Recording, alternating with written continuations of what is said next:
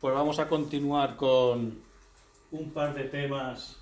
El primero de los dos que vamos a ver hoy, vamos a estudiar qué mecanismos tienen los microorganismos para ir adquiriendo nuevas capacidades, entre las cuales evidentemente van a estar todas las relacionadas con la patogenia y la virulencia, que es lo que nos interesa en esta asignatura.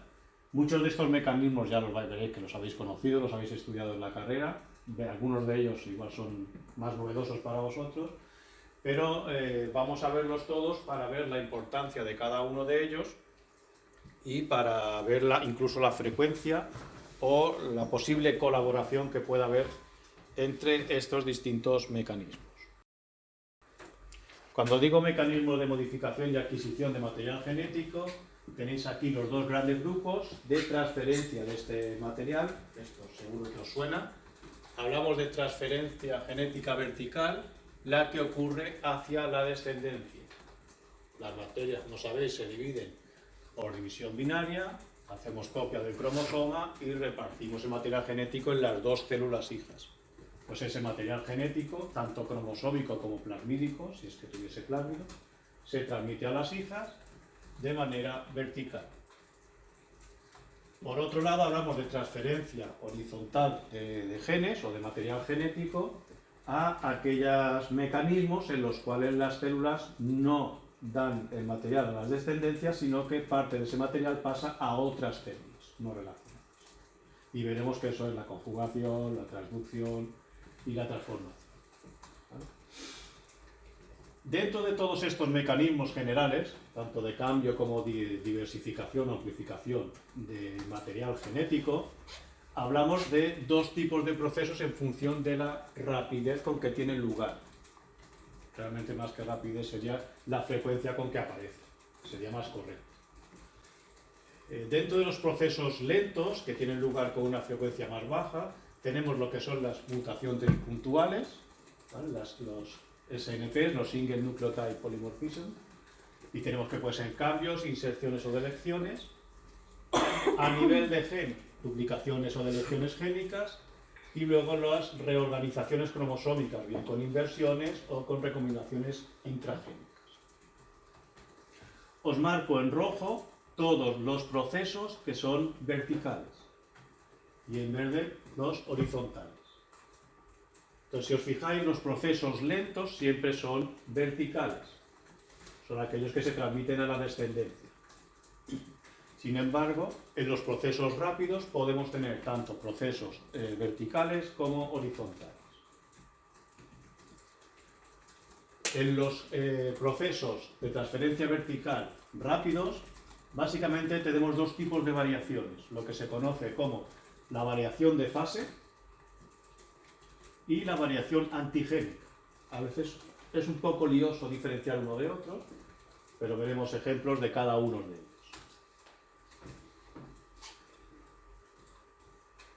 Si nos vamos a los mecanismos de transferencia horizontal, pues tenemos recombinaciones intergénicas, es decir, entre genes distintos cromosomas, y los conocéis pues, mediante la transformación, mediante la conjugación, y luego tenemos un tercer bloque donde tendríamos la transducción, que sabéis que es a partir de los fagos.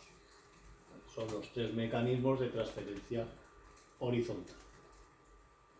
Ahora veremos cada uno de ellos, con qué frecuencia más o menos aparecen. Sí que destacar que tradicionalmente siempre se ha pensado que la adquisición de nuevas capacidades respecto a factores de virulencia se basaba sobre todo en la transferencia vertical. Es decir, que un patógeno determinado aprendía unas características, expresaba una toxina, un factor de adherencia, lo que sea, y la descendencia de esa bacteria adquiría esos conocimientos. ¿Ves lo que decíamos?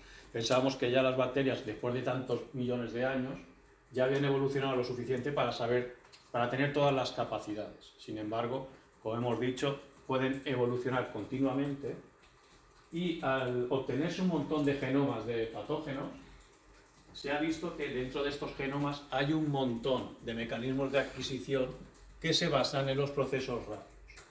Es decir, que hoy en día sabemos que los procesos rápidos incluyendo los horizontales, la transferencia horizontal, juegan un papel fundamental en la patogenia.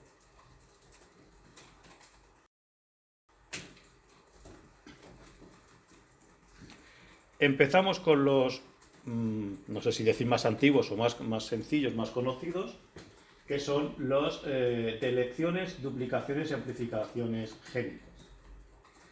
Lo que son las mutaciones puntuales, los SNPs, tienen lugar con una frecuencia de entre 10 a la menos 7 y 10 a la menos 10. Depende evidentemente de la especie, las zonas, sabes que hay zonas como hotspots donde hay una mayor frecuencia de mutación, pero más o menos va rondando este orden de magnitud. En cuanto a lo que son indels, inserciones, delecciones y reorganizaciones, la frecuencia va de 10 a la menos 4 a 10 a la menos 6. Y aquí tenéis un ejemplo de distintos casos que pueden ocurrir cuando hablamos a nivel de gen entero, no a nivel de mutaciones puntuales. Supongo que ya os habrá hablado Antonio Olivero, ya habéis oído hablar de las bacterias hipermutantes, que son estas bacterias que tienen una frecuencia de mutación más elevada. No estamos en 10 a la menos 7, 10 a la menos 10, tenemos una frecuencia muchísimo más alta. Lo cual evidentemente tiene pros y contras. Los pros pues es que son más fácilmente adaptables ante cambios que tengan lugar, y las contras es que si tú empiezas a jugar a la ruleta rusa, pues es probable que cuando empieces a hacer mutaciones, en más de una ocasión alteres un gen que es esencial y por lo tanto no sea viable. Aquí tenéis los ejemplos de tanto delección, en primer grado simple, de la delección, siempre hacen referencia al gen B, de color naranja, pues en la delección desaparece, duplicación puede ser en tándem, que los dos están juntitos, o dispersa, cuando están separados, o la inversión, que simplemente es el cambio de sentido del gen. Y luego tenemos los cambios complejos, donde hay más de un tipo de modificación. Por ejemplo, aquí tenemos la duplicación invertida, donde se duplica y luego se gira. Luego aquí tenemos una delección y una inversión, etcétera, etcétera. ¿Vale? Jugando con los bloques podemos tener todas estas modificaciones.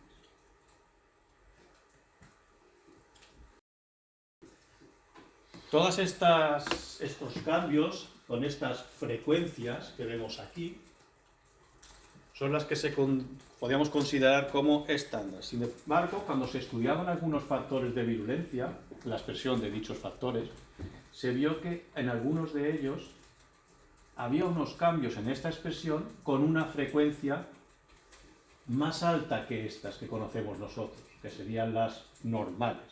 Cambios por una mutación, por una inserción. El primer ejemplo que vamos a ver es el del flagelo de Salmonella. Se vio que el flagelo de Salmonella sufría lo que se conoce como variación de fase, un cambio en su expresión, con una frecuencia de 10 a la menos 4. Y no tenía lugar mediante mecanismos de transferencia horizontal. Había algo dentro de la misma célula que tenía lugar con una frecuencia mayor que una mutación, una delección, una inserción. Aquí tenéis cómo funciona esta variación de fase en el caso del flagelo de Salmonella. Hay varios mecanismos, el que vamos a ver aquí es inversión de secuencias. ¿Cómo funciona? En la parte superior tenéis lo que sería el promotor o la zona del genoma, donde se encuentran los genes que codifican para un tipo de flagelina, FLIBE, la flagelina que llamamos H2. Delante de ese gen de flagelina tenemos un promotor, la P en azul, que lo que hace es que se exprese tanto el gen de la flagelina, H2, como FLIA, que es un represor que inhibe la expresión de FLICE, que es el gen que codifica por la flagelina H1, otro tipo de flagelina, y por lo tanto otro tipo de flagelo, y que está localizado en otra zona. En estas condiciones que vemos aquí arriba, vemos que hay un promotor, se expresa la flagelina H2 y el represor, y por lo tanto la expresión de la flagelina H1 está inhibida.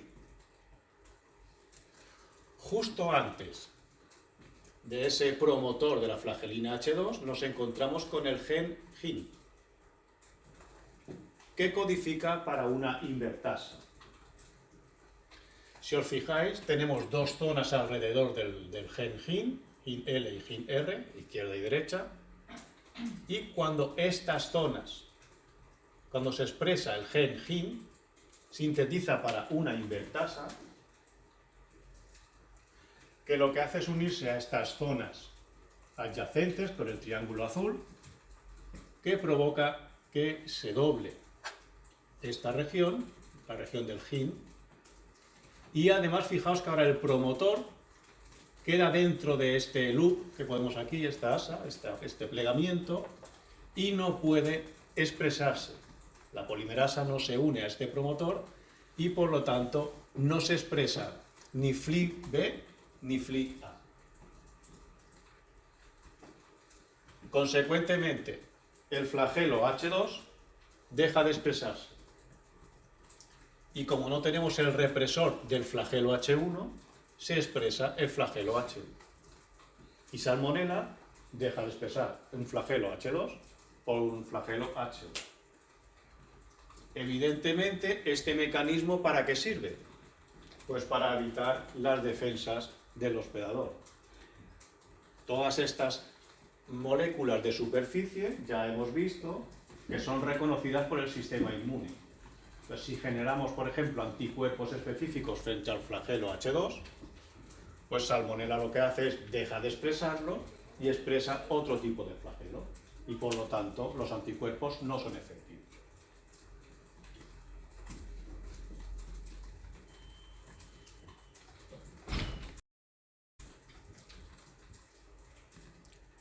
Un segundo mecanismo de variación de fase es el llamado SSM, Slip Strength Misrepair o síntesis. ¿Qué significa esto? Esto tiene lugar cuando en la secuencia del gen hay una secuencia muy repetida, por ejemplo, en el caso que tenéis aquí, veis que hay muchas Gs y muchas Cs.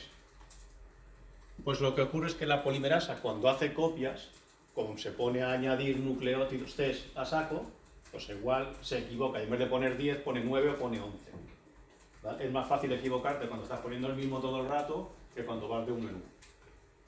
El ejemplo que tenéis aquí es el de Bordetella pertussis, ¿vale? Que provoca la tosferina. El gen que codifica para la virulencia en este patógeno es VBGS, ¿vale? Es el que hace que luego se expresen la proteína VBGA. ¿Vale? Es un sistema regulatorio de dos componentes. Pues bien, la variación de fase, el hecho de que se exprese o no se exprese este factor de virulencia, es debido a estas secuencias que vemos aquí, ricas en Cs y Gs, las cuales de vez en cuando la polimerasa mete un error, por eso ahí pone un misrepair, que elimina, cuando vamos del primer caso al segundo, fijaos que aquí ha introducido un nucleótido de más. Entonces en el panel superior tendríamos la expresión de los factores de virulencia normales, tenemos una cepa VVGS positiva, virulenta. En el medio, al introducirle un nucleótido, tenemos un cambio de fase en la lectura y por lo tanto la proteína VVGS o bien da lugar a una secuencia distinta, si es que el cambio de fase todavía cuadra con unos aminoácidos determinados, o directamente una proteína truncada, porque a partir de este cambio los codones sintetizan unos aminoácidos que dan una proteína que no tiene sentido. Por lo tanto, introduciendo estos nucleótidos en secuencias más o menos repetitivas, conseguimos dejar de expresar este factor de virulencia. Este cambio es importante tener en cuenta que es reversible, ¿vale? Del mismo modo que aquí he introducido un nucleótido, tenemos abajo del todo la reversión. Elimino el nucleótido y de nuevo tengo ya el gen VGS funcional y una bacteria virulenta. Ya os digo, esta introducción o esta eliminación de nucleótido se da con una frecuencia más alta que la frecuencia de mutación espontánea. Y lo que vemos es que independientemente del mecanismo, lo que hacemos es expresar un factor de virulencia o no. Las secuencias estas repetitivas no siempre son letras así seguidas, todo Gs o todos citosinas. Otro ejemplo que tenemos en Neisseria, esta secuencia repetitiva la tenéis aquí en azul, CTC-TT. Estas secuencias están repetidas n veces y aquí es donde se van introduciendo más bloques de CTC-TT o menos. Aquí esta es la zona donde va insertándose o eliminándose nucleótidos. Y esto es común en todas las proteínas de membrana externa de Neisseria, que se conocen en general como OPA. Fijaos que justo después de la TG y antes del resto de la secuencia, tenemos estas señales. Y en función, si están tal como están en el gen, se expresa la proteína, da lugar a una proteína madura, estable, funcional. Si alteramos esta zona CTC-TT, metiendo más bloques o quitando estos bloques, entonces la proteína no es activa, no es funcional. Fijaos aquí la frecuencia. Esto ocurre con una frecuencia de 10 a la menos 3, 10 a la menos 4. ¿Vale? Más alta, insisto, que la frecuencia de mutación. Y además siempre tienen lugar en el mismo sitio y lo mismo introduzco un bloque que lo quito. ¿Vale? No es al azar, es una zona donde estoy aumentando esta frecuencia, porque me interesa.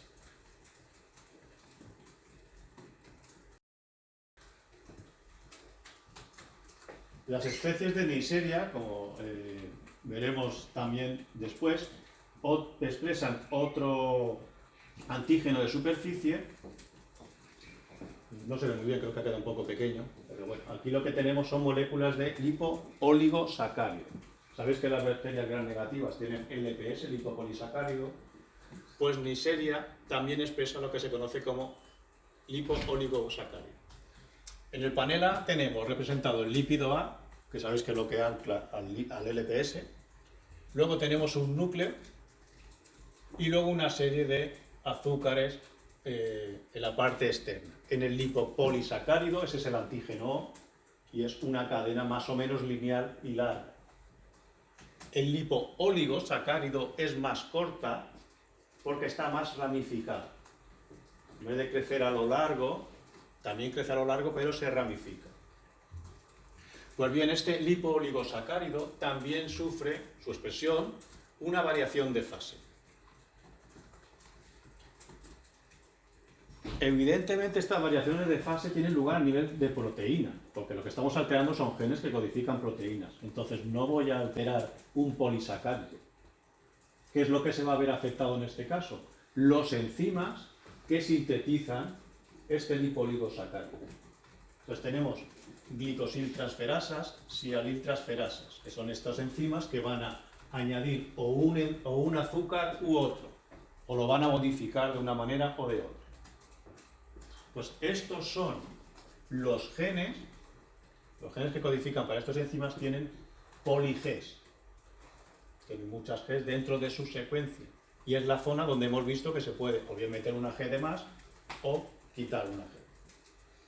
Y esto provoca que se expresen unas enzimas u otras y por lo tanto que el lipo-oligosacárido tenga una estructura u otra.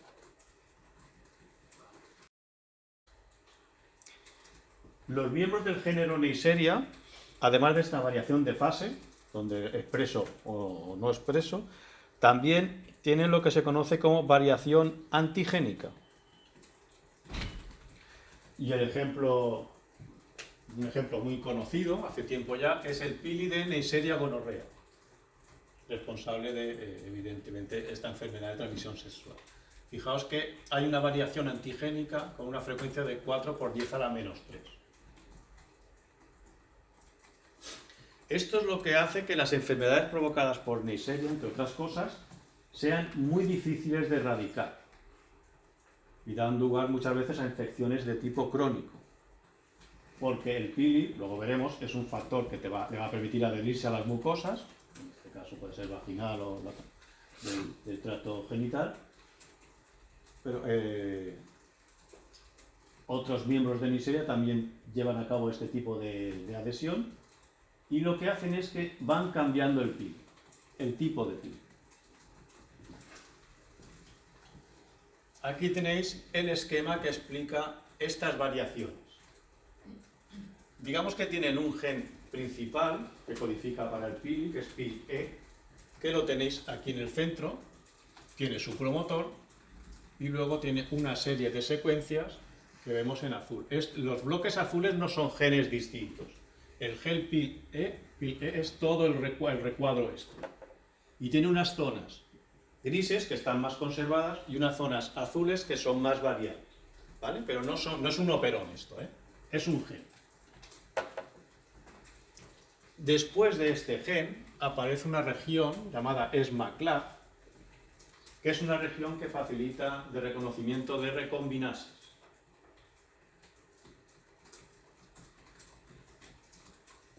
Y nos faltaría un tercer elemento dentro de todo este sistema, que es los genes de PIS. Son genes que están distribuidos en otra zona del cromosoma, donde tenemos distintos genes, distintos bloques, distintas copias, distintas entre ellas y a su vez distintas a estas regiones de PIL-E, mientras que las zonas más grises son más conservadas y serían homólogas a las zonas grises de PIE.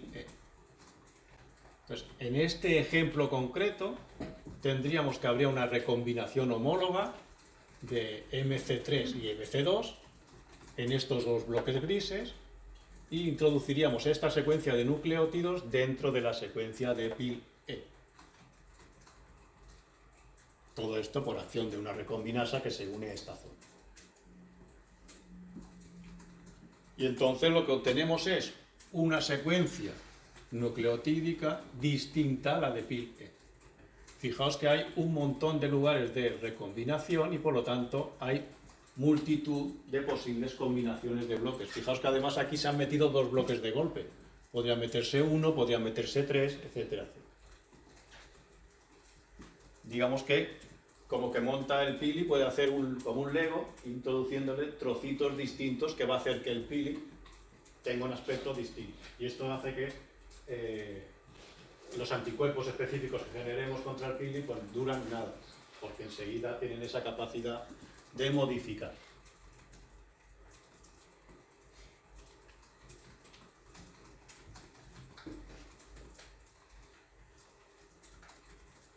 ¿De acuerdo? Tenemos, por lo tanto, mecanismos de transmisión vertical. Aquí no hay un trasiego de ADN de unas células a otras, sino que están dentro del cromosoma y se transfiere solo las hijas. Tenemos los mecanismos lentos, los que conocemos de toda la vida. No sé si esto los habéis visto o no, a veces seguramente que sí, pero no es lo normal que estudiamos siempre de mutaciones, de elecciones, inserciones, etcétera, etcétera. Y luego tenemos estas modificaciones, que son variaciones de fase o antigénicas. Lo importante es que esa frecuencia es mayor, ¿vale?, que las mutaciones y las delecciones, etc. Y tienen lugar en zonas que están predefinidas. Pasamos ahora a la transmisión horizontal. Y sabéis, esto ya lo sabéis de sobra, lo vamos a pasar, veremos por encima, comentaremos 4 cositas, pero esto ya lo sabéis. Mediante transformación, que consiste en la obtención de ADN, digamos, del ambiente. Conjugación, transferencia de material genético de una célula a otra. Y transducción, obtención de material genético nuevo mediante la acción de fagos. Adquiero el ADN del exterior, adquiero el ADN de una bacteria, adquiero el ADN de un fago. O mediante un fago, no quiere decir que sea del fago. Empezamos con el primer bloque, la transformación. Decir que no todas las bacterias tienen la capacidad de adquirir material genético del exterior. De hecho, la mayoría no suele ser normal que lo adquieran. Y es necesario provocar cambios en las células para que puedan adquirir. Todos los que trabajamos en un laboratorio y realizamos experimentos de biología molecular, cuando tenemos que clonar un gen o introducirle un plásmido, lo primero que tenemos que hacer es esas células, la célula donde nosotros vamos a introducirlo, es hacerla competente. Hacer una célula competente es conseguir que esa célula tenga la capacidad de adquirir material genético externo. Entonces, normalmente lo hacemos o electrocompetente, lo que hacemos es una electroporación, le pegamos un pulso de electricidad para que alterar la membrana y que penetre el ADN que nosotros le hemos puesto, por ejemplo un plásmido, o bien por otro tipo de transformaciones que jugamos con sales. Lo importante es alterar, o con temperatura, un shock térmico, para provocar que la membrana se altere de manera puntual para permitir que penetre el material genético, el ADN. Sin embargo, se ha visto que hay bacterias que tienen la capacidad de adquirir este ADN de manera natural. Y el ejemplo típico son los experimentos de Griffith, que trabajaba con el neumococo. ¿Vale? El neumococo tiene dos morfologías cuando los crecemos en la placa, una morfología más mucosa y una como más lisa, más pequeña. Morfología S de smooth y R de rough. Pues bien, Griffith descubrió que cuando inoculaba a un ratón con las cepas S, provocaba la muerte. Sin embargo, cuando inoculaba las cepas R, que no tenían cápsula, el ratón seguía vivo, es decir, no provocaba la muerte, no lo mataba. Por otro lado, vio que cuando la cepa S, antes de inocularla, la trataba con calor, la mataba, no era capaz de provocar la infección. La bacteria muerta no provoca la infección. Pero si al ratón mezclaba la cepa S muerta por calor y la cepa R, que no es patogénica, cuando lo introducía en el ratón, veía que las cepas R eran capaces de matar al ratón. No solo eso, cuando aislaba las bacterias de placa, recuperaba cepas S. Y entonces, a partir de aquí, dedujo que estas cepas R, las S no podían ser estas porque estaban muertas, que las bacterias R adquirían una capacidad de S, se transformaban. Por eso viene el nombre de la transformación. Mucho más adelante se descubrió que este elemento transformador pues era ADN, ¿vale? Entonces, era el ADN de estas cepas que era captado por las cepas R, se llevaban los genes de la cápsula y expresaban la cápsula.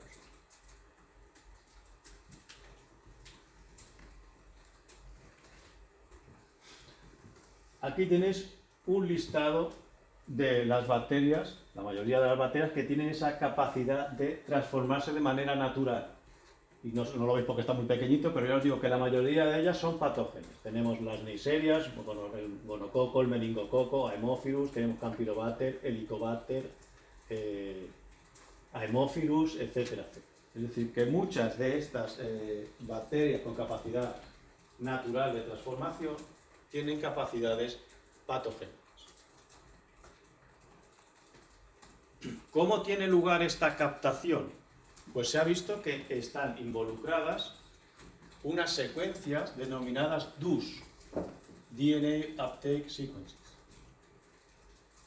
Algunas bacterias, como por ejemplo Haemophilus o Neisseria gonorrhea, solo captan DNA de su propia especie. Dentro de su ADN hay una serie hay como una firma repartida por el ADN, unas secuencias, estas DUS, que son específicas de especie. Entonces el gonococo solo capta ADN se transforma con ADN del gonococo.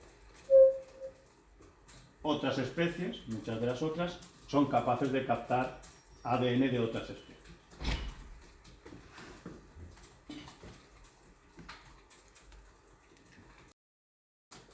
Aquí tenéis el esquema de la maquinaria de obtención de este ADN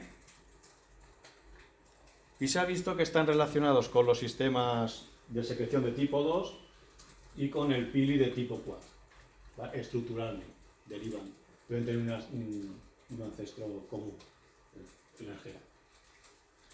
Aquí a la izquierda tenéis las bacterias gram negativas, veis que aquí está la membrana externa, y las bacterias gram positivas. El sistema más o menos es similar. En primer lugar, esta estructura, el PIL-E que tenemos aquí, es la que se une al ADN extracelular y una vez unido se produce una contracción del pili que transporta el ADN a través de PIL-U al espacio periplasmático. Y en el espacio periplasmático tenemos un complejo receptor llamado COM-EA.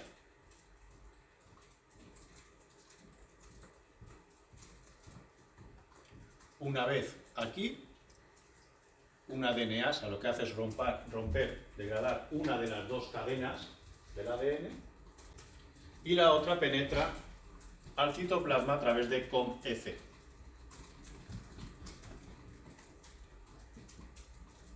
En el citoplasma este ADN monocatenario se podría recombinar por recombinación homóloga, se internalizaría dentro del cromosoma. En el caso de las bacterias gram positivas también hay una unión en esta especie de pilo de tipo 4, también hay una contracción que introduce el DNA al complejo COM-EA. En este caso se ha descubierto que la DNasa es ENT-A y también penetra a través de COM-EC, penetra en el citoplasma e idealmente se incluye dentro del cromosoma.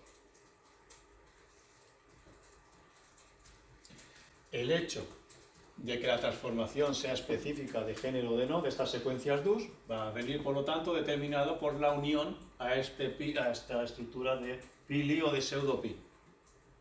Esta es la responsable de esa captación. Lo capta y lo introduce dentro, por contracción.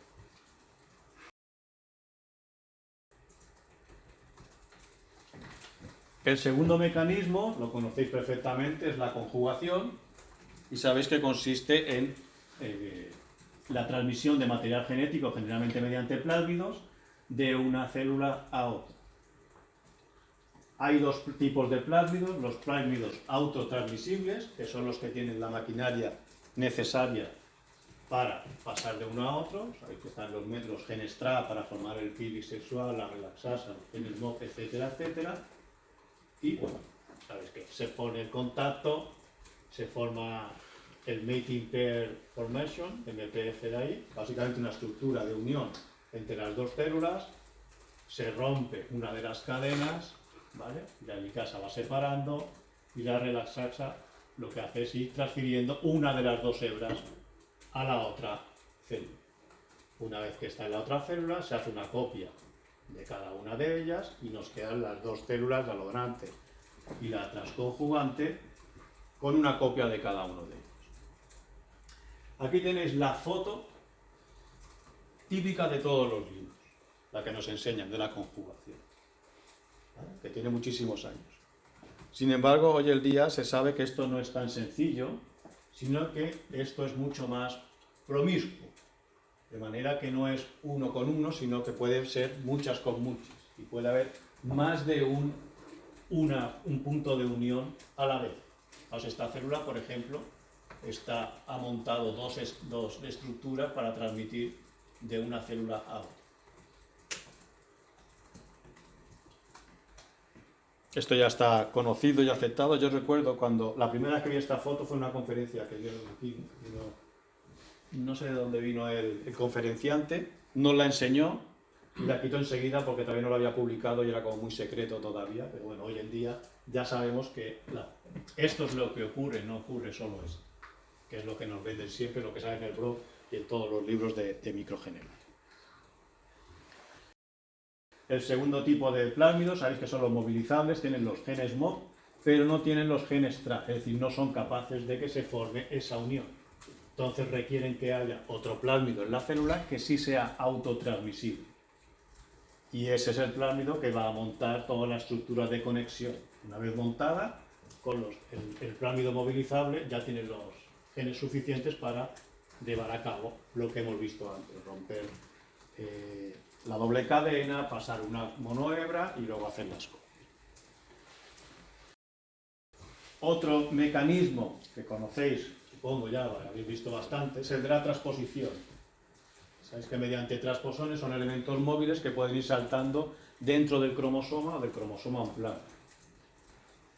La forma más sencilla, secuencias de inserción, lo sabéis, un gen que codifica para la transposasa con dos repeticiones inversas en los lados, que van a ser los que determinarán dónde se van a insertar dentro del ADN.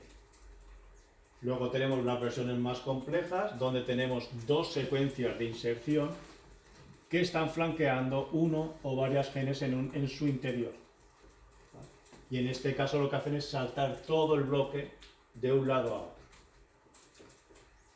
En cualquiera de los dos casos tienen la capacidad de inactivar genes, porque donde se introducen dentro del ADN, si se meten dentro de un gen, lo parten por la mitad y lo inactivan. A veces esta inactivación lo que provoca es la activación de otros genes, porque el gen inactivado es un precursor, y por lo tanto conseguimos activar la expresión de otros genes. Otras veces el transposón, el transposón tiene una secuencia de un promotor y al ponerse justo delante de un gen, lo que puede provocar es que se exprese ese gen que de manera constitutiva no se expresa. Pero dentro de lo que nos interesa, que son los factores de virulencia, lo que hemos visto, además de que puede ir mutando genes y demás, lo que hemos visto es que estos transposones compuestos, dentro de estas IS, muchas veces llevan genes de virulencia, la resistencia a antibiótico, con adhesinas, etcétera, etcétera. Y lo que tenemos es un problemón, porque tenemos una cosa que es móvil y que se va transmitiendo fácilmente de unas células a otras.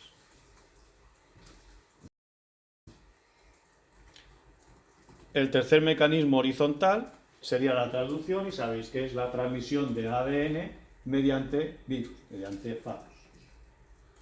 Aquí tenéis el esquema de infección de los virus, lo sabéis perfectamente. Cuando se introduce el fago dentro de la bacteria, introduce su material genético, si se integra en el cromosoma vía lisogénica, si provoca la muerte de la bacteria vía lítica. ¿Vale? La vía lítica lo que se hace son copias del ADN o del ARN, depende del virus que sea, de los componentes del virus, se encapsulan y matan a la célula y se libera. Las bacterias, los fagos lisogénicos, cuando aparece una señal determinada, pasan a la vía lítica. Pues bien, teniendo en cuenta esto, hay dos maneras de transducción. Una de ellas sería la transducción generalizada, que consiste en que cuando estamos haciendo copias del material del virus, además, cuando se está también empezando a alterar la bacteria, hay unos fragmentos del DNA bacteriano, que vemos aquí de color negro, que se introducen dentro de las cápsides. Es decir, al empaquetarse, las cápsides, algunas de ellas, por lo que sea, captan ADN de la bacteria. La cápside sigue siendo funcional, de manera que cuando sale, infecta a otra bacteria y le introduce material genético en su interior, que es material genético de la bacteria que había infectado anteriormente. Este ADN se puede recombinar con el cromosoma y hemos pasado genes de una bacteria a otra bacteria.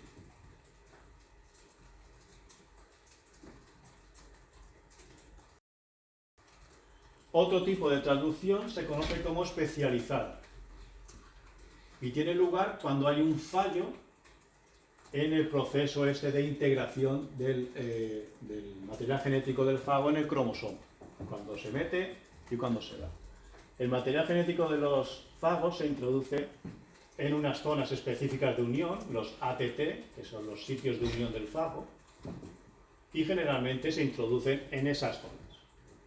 En este caso, lo que vemos desde BP hasta PB sería la secuencia nucleotídica del fago, sería el profago, que normalmente cuando salta se circulariza y se va solamente el ADN del fago, que se va a meter dentro de la cápsula. Sin embargo, a veces, cuando tiene lugar esta unión de las dos ATTs, en este caso, fijaos que en vez de unirse formando un círculo perfecto, ha dado una vuelta englobando el gen bio y se ha conectado por aquí abajo. Cuando se produce la escisión, a veces hay un error y no me llevo solamente los genes del fago, sino que me llevo, por un lado, un trocito de un gen de la bacteria y por el otro lado tenemos el otro. Si este ADN que se lleva un fragmento del gen bacteriano o del ADN bacteriano, del cromosoma bacteriano, pasa a otra bacteria, está pasando genes de esta bacteria a la otra. Se llama especializada porque en este caso solo se transmiten los genes adyacentes a la zona de unión, de inserción del fago. Mientras que en la generalizada, cualquier fragmento del cromosoma podría transmitirse. Todos estos mecanismos de adquisición de nuevo material genético pueden ser beneficiosos, porque adquieren nuevas capacidades, pero en ocasiones pueden ser no deseados. Entonces las bacterias tienen mecanismos que evitan la adquisición de este material genético extraño. Simplemente os nombro 3 ejemplos rápidos, los conocéis seguro. Uno son los sistemas de restricción, los enzimas de restricción famosos. ¿Vale? Pues son mecanismos dobles, donde hay una enzima de restricción que sabéis que reconocen secuencias determinadas y las degradan. Los segundos sistemas son los CRISPR famosos, donde también tenemos degradación de ADNs, sobre todo bien sea de fagos o de bacterias, pero sobre todo de fagos, y es un sistema un poquito más específico, que ya reconoce algunas ADNs de determinados microorganismos. No vamos a entrar en detalle, no da tiempo, obviamente. Y luego, una tercera manera que se ha descubierto en los últimos años está relacionada con los sistemas de secreción de tipo 6, los veremos en su momento, y por ejemplo en Pseudomonas, se ha visto, que lo que hacen es cuando hay un contacto de otra célula con su membrana, por ejemplo si quisiese conjugar, o cuando hay otro tipo de... lo que hacen es secretar de manera localizada, en ese punto, no al exterior, sino en ese punto en concreto, toxinas que se van a cargar a la otra célula. Esto sería la membrana de Pseudomonas y esta es la membrana de la otra célula que está contactando con ella.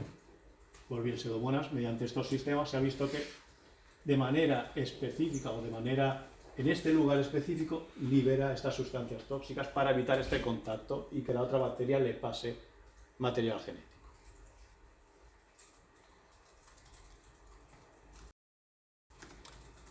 Ya para finalizar, comentar que todos estos genes que codifican para factores de virulencia, que hemos visto que se adquieren de distintas maneras, se pueden adquirir de distintas maneras, cada vez están más concentrados en unas zonas determinadas que se conocen como islas de patogenicidad. Es decir, no tengo un gen en un sitio y un gen en otro para hacer las distintas cosas, sino que el paquete completo de patogenicidad, para poder ser un buen patógeno, lo tengo todo juntito y a veces en elementos móviles. De manera que lo que puedo hacer es no es que le paso el gen que codifica una toxina, es que le paso el pack completo y te digo cómo te tienes que adherir, cómo tienes que internalizarte. Luego veremos, cuando veamos los distintos factores de virulencia, que la virulencia no es una cosa no solamente tienes un factor que hace daño, por ejemplo la toxina, requiere un montón de genes que te permita desde colonizar al hospedador hasta introducirse y luego provocar la enfermedad. Aquí tenéis un ejemplo de dos islas de patogenicidad de salmonela.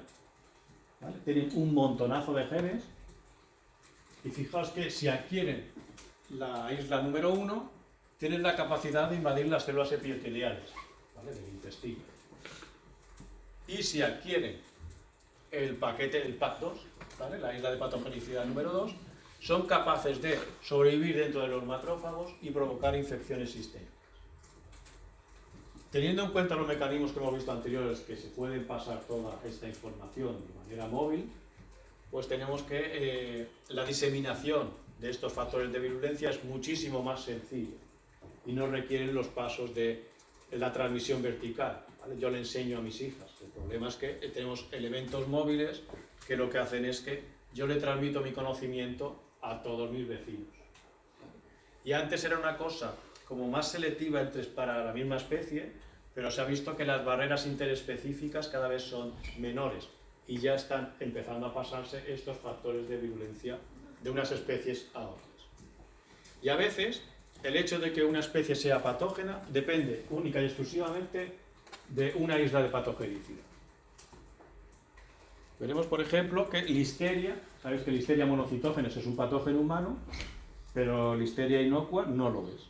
Y la diferencia básicamente es una isla de patogenicidad. Si nosotros le introducimos la isla de patogenicidad a inocua, podría provocar, de hecho ha provocado en algunas ocasiones, enfermedades en humanos.